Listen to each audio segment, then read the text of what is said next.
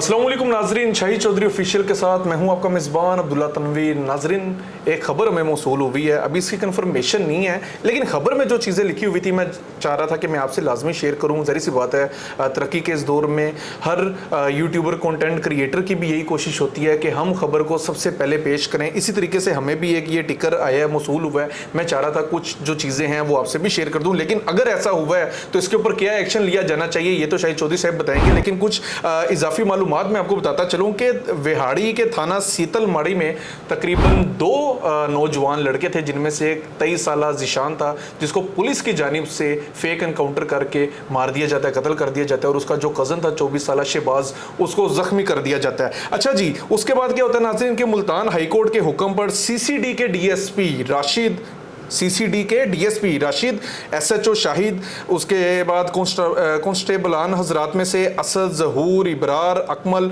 और इफ्तिखार उर्फ विक्की समेत 5 से 6 नामालूम मुलजिमान के खिलाफ जो है इक़दाम कत्ल की और कत्ल की एफआईआर दर्ज कर दी जाती है। इसके पीछे की क्या मुहरकात हैं? कहा एक जगह यह भी जा रहा है कि उसकी जो वालदा थी वो हाईकोर्ट से रुजू करती है, लेकिन तमाम तर जो चीज़ें हैं मैं चाहूँगा कि senior crime analyst Shahid Chaudhry साहब से जाने। अस्सलाम वालेकुम सर। वालेकुम अस्सलाम सर, कैसे हैं आप? अल्लाह का शुक्र सर। बड़ी होश रुबा इंकशाफात हैं इस टिकर में। मैं समझूंगा कि मैंने अपनी लाइफ में पहली बार देखा है। क्या सीसीडी के डीएसपी पे भी एफआईआर हो जाती है सर? अब्दुल्ला देखो, बात सुनो। सबसे पहले तो मैं ऑडियंस को ये बताना चाहता हूँ कि हम बड़े अहले शऊर हैं, और मैं तो ख़ास तौर पे जो है ना, चूँकि प्रोग्राम करना होता है और आप लोग मेरा ट्रस्ट लेवल आपने इतना बढ़ा दिया हुआ है कि मेरे पास आपने इतनी सी भी गलती की गुंजाइश नहीं छोड़ी। मेरा ये फ़र्ज़ बनता है कि मैं जो हालात देखूँ ना उसी तरह आपसे शेयर कर दूँ। मैं कभी भी नहीं मान सकता कि सीटीडी के डीएसपी के ऊपर जो है ना 302 की, ज़ाहिर है कि ये दो लड़के जो हैं इनके मरने के पुलिस जैली मुकाबला हो, जो उसी की एफआईआर दर्ज होगी ना। मैं इसलिए नहीं मान सकता, अभी सीटीडी का क्याम हुए हुए कुछ दिन हुए हैं, देखे ना, अभी सीटीडी को इतना टाइम ही नहीं हुआ। और ये जो है पुलिस मुकाबला, तो ये पुलिस मुकाबला अगर तो हुआ है इन्हीं दिनों में जब ये सीटीडी का क्याम हुआ है, तो फिर तो बात जो है ना अकल में यानी मेरे आती है। वो जो उसकी वालदा का आपने लिखा हुआ ना, ये मामला कुछ इस तरह से होगा कि ये जो 2 लड़के हैं ना, इनकी वालदा ने इनकी बाजी अभी के लिए हाई कोर्ट से रजू किया होगा, पिटीशन की होगी, रिट दायर की होगी ना। उसके अंदर तहरीरी बयान देना पड़ता है, ये हमारे बच्चे जो हैं फलां थाने वालों ने अगवा किए हुए हैं, हमसे बेजा में रखे हुए हैं, गैर कानूनी हिरासत में हैं, बैलफ के जरिए, या इनको ऑर्डर फरमाया जाए हमारे बच्चों को जो है ना बेगुनाह तो छोड़ दिया जाए। अब इस जो है ना हाई कोर्ट की पिटीशन के दौरान ये जो आपके पास टिकर आपको जो मौसूल हुआ है, जो खबर आपके पास आई है, इसमें अगर तो सदाकत है, अगर ये खबर सच्ची है तो फिर ये ऐसे ही हुआ होगा। हाई कोर्ट का जो है ना उनका रजू करना, और उस दौरान जो है ना पुलिस वालों ने सीटीडी के जो डीएसपी या जो अफसरान जिनके आप नाम ले रहे हो, इन्होंने मिलकर उनको जो है पुलिस मुकाबले में मार दिया होगा। और ये जो है ना 2 जुर्म इन्होंने किया, एक तो 302 और दूसरा कंटेम्प्ट ऑफ कोर्ट। अब हाई कोर्ट की जो है ना तौहीन अदालत, इसकी सजा भी सजाए मौत ही है। सर, एक ने वो किया, एक को मार दिया गया, एक जख्मी है, बताइए। वो कोई यानी होगा ना, ये रजू करने का मतलब बात पूरी तो उन्होंने क्लियर है ना कि अपनी मेरी राय होती है, जो मेरा तजर्बा है। इसकी माँ ने पिटीशन दायर की होगी, मेरे बच्चे हमसे बेजा में हैं, गैर कानूनी हिरासत में हैं, पुलिस वाले जो है ना इनसे इनको बैलफ के जरिए जो है ना अदालत बैलफ मुकर्रर करे और मेरे बच्चे बाजियाब करवाए।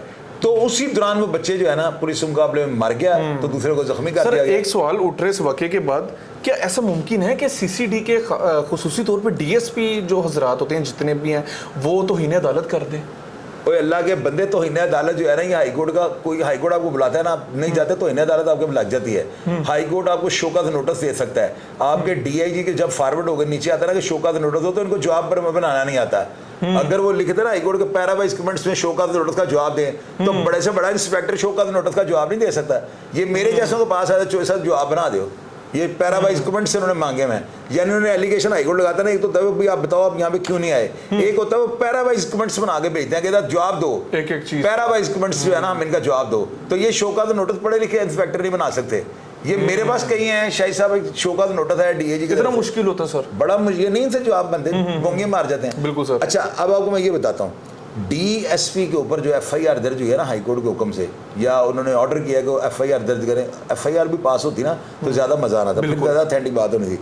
तो ये डीएसपी की पोस्ट जो है ना कोई इतनी बड़ी नहीं है, ये इतनी कोई नहीं ताज्जुब वाली बात क्या, डीएसपी पर्चा राना मकबूल जो है आईजी सिंध जो रिटायर हुए फोत हो गए हैं, उनके ऊपर यहाँ पे एक मुकदमा दर्ज हुआ था जो कि ख्वाजा जो है ना अकील भट्ट जो है ना गोगी भट्ट साहब इनके भाई के कत्ल की FIR थी, तो वो उसमें नामजद मुलजम था SSP राना मकबूल। और उसके बाद राना मकबूल के ऊपर वो जो तैयारा हाईजैकिंग केस था नवाज शरीफ वाला, वो तो IG था सिंध का। तो ये DSP तो छोटी सी पोस्ट होती है।